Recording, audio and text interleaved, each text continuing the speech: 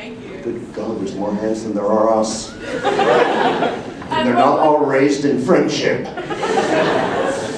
more question. Have you cried during the Christmas shoots? The song. What? Like a blubbering baby, yes. I'm a bit emotional sometimes. Yes. Crispin, what was the hardest part about doing I, My, Me, Strawberry Eggs? I think one of the hardest parts of doing I'm on These Strawberry Eggs, which is a show, one of the first shows the second show I directed as a voice director. One of the challenges of that show was, the premise of the show is that a young gym teacher wants to get employed at a school, but they won't employ male teachers because they don't think male teachers are capable of love, that they can't be nurturing. This greatly offends this young man, so he cross-dresses as a woman to get hired. And wackiness ensues. But I think one of the hard things about it was actually playing the main character and directing. I don't like doing that, which is ironic because I've done it on every show I've directed, which is sort of frustrating. But I rationalized it by saying most of the time he's the woman. And when he's a woman, he wears this little device on his throat, so there's a woman playing him, a female voice actress. So I rationalized it by saying, well, I only have to do a couple lines as me, and then she takes over and I'll just direct her. But that's frankly one of the biggest challenges. It was one of the biggest challenges in Scrapped Princess when I played one of the main characters, Shannon, and directed the show. I didn't want to, but I looked at the producers and I said, if I wasn't directing the show, who would you cast as Shannon? They said, you. I said, okay, then that's what the show needs, and we'll find a way to make it work, because I don't want to cast somebody who doesn't fit the part right. And that's one of my big things as an actor. I hate being miscast. Being miscast as an actor is the worst situation to be in, because it doesn't matter how good an actor you are, you can never win. You can never win, you know? Like, I will never be Gandalf. You gotta give me 30 years. You know, like, it's not gonna happen now. And so no matter how good an actor I am, I can't play Gandalf right now. And so that's always my bugaboo. So then the problem is finding a way to both play the character and direct yourself and make it all work without, like, becoming navel-gazing and losing your mind. Huh? Gandalf in training. I don't think Gandalf was ever young. Like, I can imagine a young Merlin, but I can't imagine a young Gandalf. He's like a Maya, he's a servant of Valar, he's been around forever. Somebody's got to start somewhere. Is it my turn? Let's stare at each other. TARDIS lady! You sexy bestial. This is for both you, Crispin, and Kyle. What is the coaching with voice acting and acting in general? What do you find within your students struggle the most with? Beyond just the fact that you have to act, which means that you have to play pretend so believably we want to pay you. Right? That's the challenge. You're going to play pretend so believably we want to pay you to do it. Beyond that obvious challenge, which can take a while to learn how to do that well, most of my students come and think that voice acting is about funny voices, that it's about doing funny things, that it's not about being them. They don't understand that what we want is them. It's that you have to lead with your voice. Your voice is already unique, and what we want is to hear that. If you've ever heard Tom Kenny speak, the guy who plays SpongeBob, SpongeBob is not far from his normal voice, you know? And you listen to me speak, and you'll hear the different characters, you know, oh, he just sounded like Alucard, or oh, he just sounded like... We want to lead with that. Many times, my students come and they think that they're not worth something, and so they think that they will become worth something by doing all these funny character voices. And I go, oh no, that's putting a lot of sauce on a hamburger, you know, like, and it's not going to help it. Like, what we have to do is start with you. We have to start with where you are and what your voice is good at, and work at the acting, and then you can start expanding and doing silly voices. But until you believe that you are valuable as an artist, that you have something to contribute to the artistry, then we got nothing. If it's just about, oh, I can do this funny voice, I go, well, we've already got plenty of people who can do funny voices. No one's looking for someone who can do a funny voice. What we're looking for are people who can play this character well. Right, I see a lot of people that, I do Skype sessions, so I get people, I'm aiming it at beginners specifically so they can get a sense of what we go through when we audition or in a session, what the expectations are for an actor. I don't profess to teach acting. I can't turn someone into an actor, so I consider myself more a motivational coach, saying go forth, go sign up for a class, go take Crispin's class, go take people out there who really know acting and can do all that stuff, what I'm trying to do is use my experience in the booth to help people have a clearer understanding of what they're up against, so that they'll see firsthand pretty quickly. It's like, all right, here's the copy. Read it over, okay, and now perform it. It's pretty much at that pace for all of us when we hop in the booth. We don't get time to rehearse it, really. It's just kind of get in there and go. That's why that sense of improv is so important. The ability to cold read is so important. Getting over those stumblies and the nervousness and the butterflies in your stomach. I've never performed in public before, but I want to really be a voice actor. Like, you've got to overcome those obstacles and baby steps and everything. That's always the thing. But I'm aiming specifically at beginners, so I'm trying to give them the sense of confidence they need to go forth and take acting class, get involved in their drama class at school, take radio announcing, do something at their college station or whatnot, and then decide if that, you want to go down that sort of path. Can I throw in a little? Yeah. I mean, it's a little reiteration, but it's something that I stress when I'm teaching in Canada, is, I get a lot of people coming and going, I do all these voices. And my approach to it is a little different. It's a little more because I'm kind of known for being able to go, and play vocally and acrobatically. But I say, you go voice actor, the two words, by far the more important of the two is that one. If you can't come into it as an actor, you can't do this. What I cite is an example all the time, and again, the latest and greatest of all of us, Mel Blanc, never once created a voice. He's always the man of 1,000 voices. Well, he never created a voice. He always created characters. And a character is so much different than a voice. So even though my therapist tells me that rabbits don't talk, they do.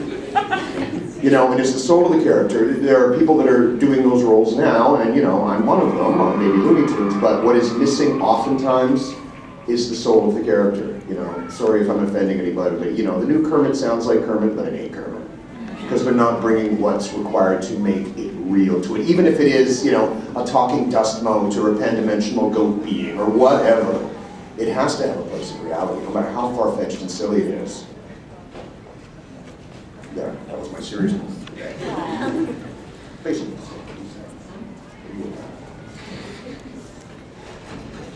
All right, we do have to wrap up, so let's... What?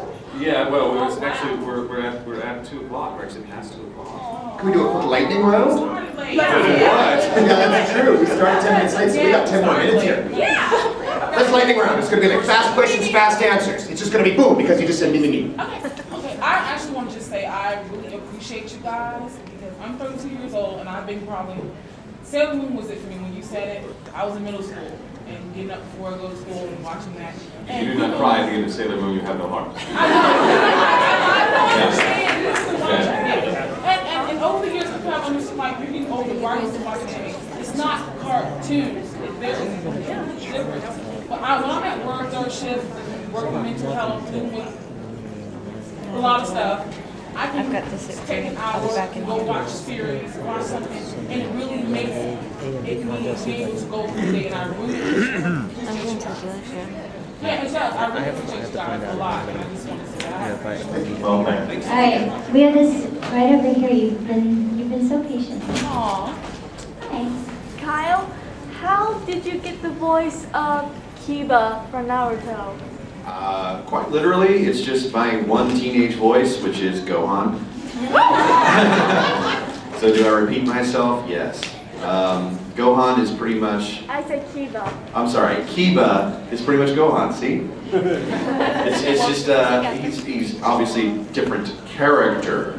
It's a different thing. I can take it to a different place. It's the same voice, but I can make it stand out by, he comes from a different background, he's different, he's more feral and wild and everything, and Gohan's just kind of nerdy. To reiterate what Scott said, I play both Amon and Witch Hunter Robin and Alex Rowe in Last Exile.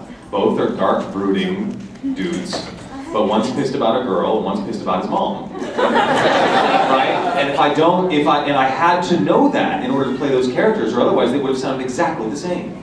They have to have a different psychological reality behind them, or you won't believe what they're on about. Right. There's actually only 3 voices in the world, and I'm doing a bunch of research right now to track down the origins of all the 3 primary colors. So, no matter what we tell you about, oh my god, I can do 4,000 voices, there's only 3. Okay, continue the lightning round because I'm going to go super fast. You with Mjolnir. Yes, do any of you feel that with all the different voices you have, Are they kind of like multiple personalities for you guys? You got no idea how busy it is on the inside of my head.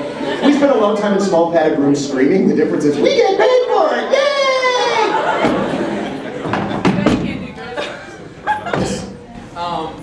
What are some of the current things that your guys are doing? I remember you said you were doing ENIM, but you know, what other current things are you guys working on now? I know you're on Soul Calibur 5, right? No. Really? Siegfried? No. Yeah. Give us something. Diablo 3. Ah. Yeah. Dungeon Siege 3. Resistance 3. Lots of 3s this year. The Disappearance of Haruhi Suzumiya, the movie. Hopefully the movie will be released soon. And obviously there's more Durarara that's been released. Hopefully we'll do something like that too. Lots of video games right now. So. I'm working on, was it, Sorry, and Young Justice, obviously. League of Super Evil, which is one of the few shows I've ever worked on that I'm going to shamelessly promote because I think it's funny as hell. We're just finishing up a season of that. Johnny Test for Warner Brothers is still going. We just working right now on one called Hero 108, which I think is Disney, is that right? Sure. I say yes. It sounds impressive. What he said. Yeah. Of course, we can't ever talk about something that is being worked on that involves green people and people in diapers with turbans, but that's perhaps in the works too. It involves a lot less screaming than the original version did, we'll just say that. Video games all over the place. Strawberry Shortcake. Gotta love it, keeps coming back. My Little Pony, working on that too. And a bunch of video games, including one that looks really cool that I, of course, can't talk about. Curse those non-disclosure agreements. Bleach, Naruto, a bunch of games. That's basically it. Same thing, I'm not going to be able to talk about too terribly much, but yeah, coming out soon, Heaven's Lost Property, and I missed it. Working on a bunch of video games. Like I said, if you have a Nintendo DS, go get the new Squeakies game, it's super cute. And I do a lot of other stuff outside of anime, as I do a lot of commercial and narration. I also voice, if you have young children or you know young children that read Highlights magazine, I do audio versions of the magazines, and you can find those all over the internet. And yeah, so just staying busy, which is awesome. I got nothing. Actually, I just finished working on a really cool video game that I'm not going to be able to talk about until 2012, and it's killing me. Wow. We got in like right at the early stages of the production, so I got nothing to say, but it's a brand new character for me, and I'm pretty excited about this game. But I have to wait until forever. Please turn off our cameras. You were on Hero, though. What's that? You were on Hero. Yeah, okay. And there's a couple other things. There's still like, there's an anime series that I wrapped up a while back, but it still hasn't been released. And until they actually do something with it, I can't say anything about it. Like, I don't know. Boo. Collective boo. Boo.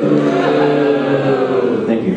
I'm also narrating a show for the History Channel called Dust Up, which is weird. It's like I have to sound and act like a grown up in it. It's weird. Narrator on the next Dust Up this Wednesday. I'm gonna point in the middle and you guys sort it out.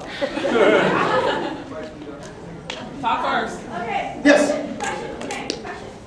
Answer. Are you expecting to do this until you die? Am I expecting? Yes, because there is no other life skills that I have that are profitable or sellable in the world. Yes, yes, yes. Scott, There's no pension we have plan. an announcement to make.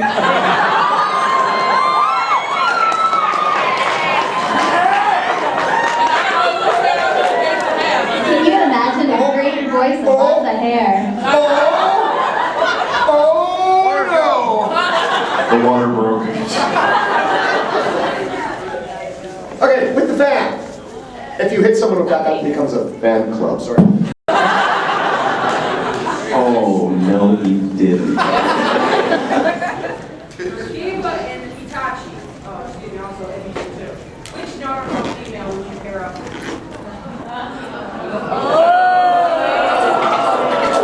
I would take Marianne over Ginger for sure. I'm not interested in females.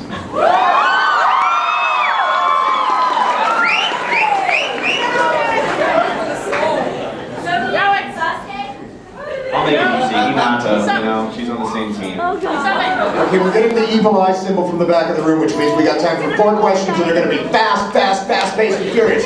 Because you're holding up something that's got a hat on. Yeah, I've heard a question. Crispin Freeman, who do Who did you have more fun playing? Alucard, Itachi, or Rosiel? And why? They're all tough. Alucard's very difficult. The Alucard is probably one of the most challenging roles for me to play because it's so low in my range and I have to be so relaxed. And then I have to rip people's heads off and then get relaxed again. And, you know, Alucard's a challenge. Itachi's a little easier vocally, but harder mentally because he can go sort of flat and drunk. And we don't want that. And then Rosiel is fun because he's just over the top and chewing the scenery. Okay, you because you have a baby.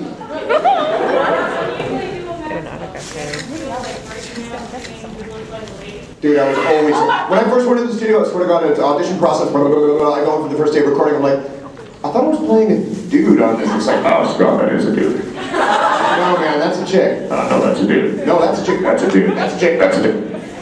Well, he sure is pretty. Yes, because you're holding a sword. Or something shiny. Crispin, I know you probably can't answer this, but can I ask, what are you trying to do about reprising your role as Rude for any future projects? No, not recently. Sorry. Aww. Okay, and you because you just look like you're gonna explode. Okay, yes, hey, I've been being picked on at some panels, so no, okay. Anyway, my question is, what do you guys do with the stuff that fans give you? Keep it. Keep it. Put it in display cabinets. I keep it in my studio. Everything I get goes in my studio. That's awesome. I have every gift that has ever been given to me, except for some of the food, which eventually you have to sort of clear out. But I have storage rooms in my house, and my whole office is peppered with art and stuff, and that which I can't actually display, I have, because what you guys make is precious to us. You guys are incredible and so talented, and some of the stuff that we receive is just absolutely amazing. And being an art guy myself, I really do appreciate it. So yeah, I got stacks and stacks of drawings and fancy little things that have been made for me and trinkets, and they're all amazing. All right, time for the very last question, because you had 2 hands up. You get the final call. Brad, maybe I don't know if you can talk about it, but is there any chance that Ace might return to the New My Little Pony season 2? Strongly worded letters, man. How cool would that be? No, I can't even get on that damn show yet. I've auditioned twice and I can't get on that damn show. So maybe I'll try and get like a writing credit and bring Ace back. That would be so cool. Maybe I'd finally get my Little Pony action figure. I've been waiting since '92. I'm overdue. Scott, you were a yak on that, weren't you? I was, he wasn't a yak, he was a bison. Chief Thunderhooves. Yep. I think I think we may be done. You guys are super awesome. Thank you.